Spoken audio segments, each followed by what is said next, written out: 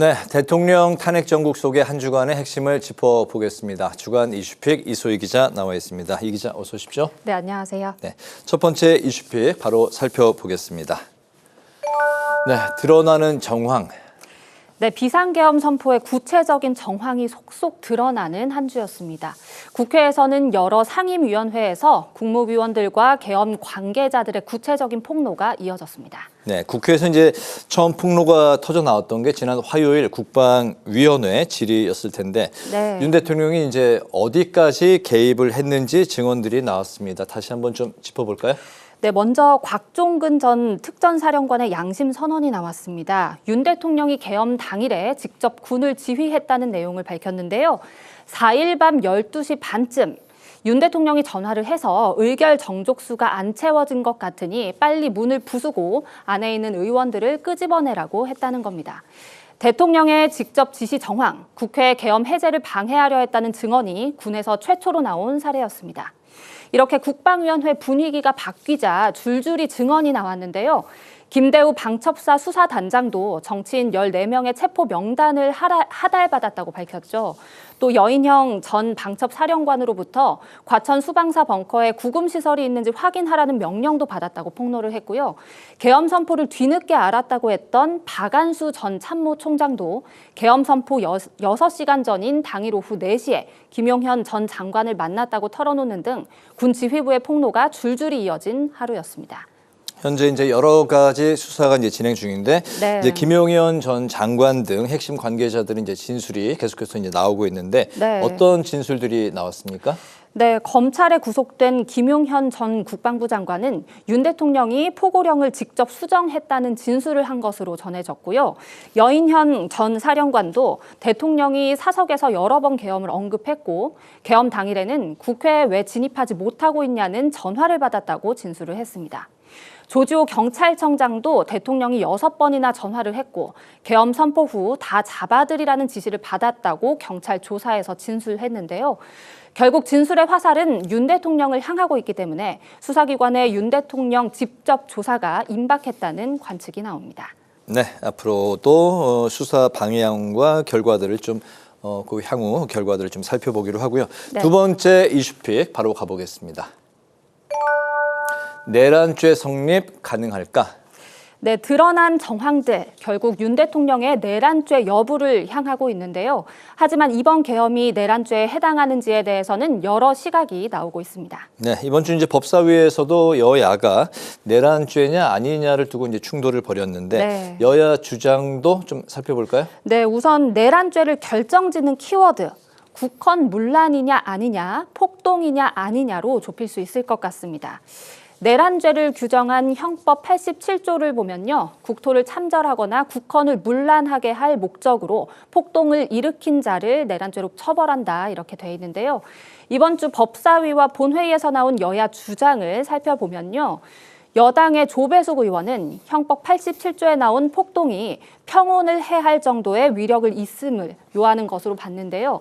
법리를 볼 때 대통령의 권한 행사가 폭동이라고 볼 수 없는 해석의 여지가 있다 이렇게 주장을 했습니다. 여당의 윤상현 의원도 비상계엄은 대통령의 고도의 통치 행위라며 국헌 문란이 아니다 이렇게 주장을 했는데요. 이에 야당의 거센 비판이 이어졌습니다.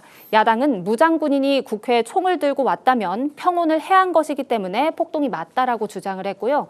또 결국 국회라는 헌법기관을 전복시키려고 했기 때문에 형법상 내란죄가 맞다고 거듭 강조했습니다. 네, 내란죄 적용을 두고 이제 학계 의견이 이제 분분한 상황인데 네. 탄핵으로 가면 법리 다툼이 치열할 거라는 그런 전망도 나오고 있죠? 네, 그렇습니다. 어제 윤 대통령이 담화를 했죠. 거기서 계엄의 정당성, 합법성을 강조했는데요. 야당이 잇따른 탄핵과 예산안 삭감으로 국정을 마비시켰고 오히려 국헌 문란을 막기 위한 행동이었다. 이렇게 강변했습니다. 이처럼 윤 대통령이 계엄을 할 수밖에 없었던 배경을 줄줄줄 설명을 한 것은 결국 탄핵 심판 과정에서 나올 법리 다툼에 대비한 게 아니냐는 그런 분석이 나옵니다. 실제로 헌법학자들의 의견도 현재 분분한데요. 비상계엄을 발동할 상황인지 판단할 권한은 대통령에게 있다. 이런 의견도 있고요. 네. 국회 해산 시도는 탄핵 사유가 될 수 있지만 폭행이나 협박 등이 없어서 내란죄는 인정되지 않을 수 있다. 이런 의견도 있습니다.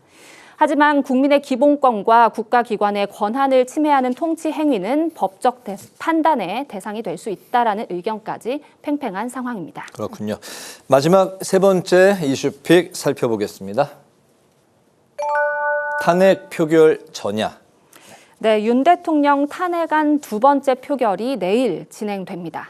야당은 탄핵 통과에 사활을 걸었고 탄핵 찬성 기류가 높아진 여당은 고민이 깊어지고 있습니다.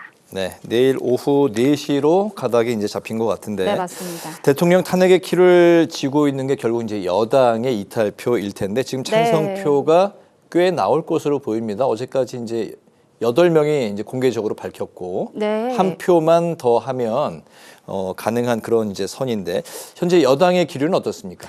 여당의 이탈표가 8표가 필요하고 지금까지 공개 찬성한 의원은 7명입니다. 네, 그래서 윤 대통령의 반성 없는 대국민 담화 또 어제 한 대표가 탄핵 찬성 발언을 공개적으로 했거든요. 그래서 여당 의원들의 막판 고심이 이어지고 있습니다. 그러니까 내일까지 한 명만 더 확보를 하면 탄핵안이 통과가 될 수 있는 건데요. 친윤계는 탄핵 반대 당론을 강조하고 있지만 탄핵안 처리를 주목하고 있는 국민들의 시선, 또 지역구의 심상치 않은 기류를 감안해서 더 많은 의원들이 돌아설 가능성도 점쳐집니다. 네, 민주당 네네 말씀하시죠. 민주당 박지원 의원이 이런 이야기를 했는데요. 몇몇 여당 의원들하고 만나봤더니 퇴장이 아니라 이제 본회의장에 계속 있게 되면 찬성표를 던질 거다 이렇게 말한 사람들이 꽤 많았다면서 무려 30명 이상을 예상하기도 했습니다. 네, 국민의힘의 이제 당론은 내일 의총에서 오전에 결정한다. 맞습니다. 이제 그런 이야기가 나오고 있죠. 야당의 분위기도 이제 궁금한데 여당의 이제 찬성표를 이제 압박하고 14일 바로 이제 내일인데 탄핵 가결에 대비해서 법안 통과에도 주력을 하고 있네요. 네, 그렇습니다. 야당은 내일 탄핵 가결에 총력을 기울이는 한편 이번 주 내내 탄핵과 처벌을 위한 주춧돌을 차곡차곡 쌓아왔습니다. 네. 화요일에는 내란 상설특검이, 어제는 내란 일반특검법과 김건희 여사 특검법이 국회를 통과했습니다.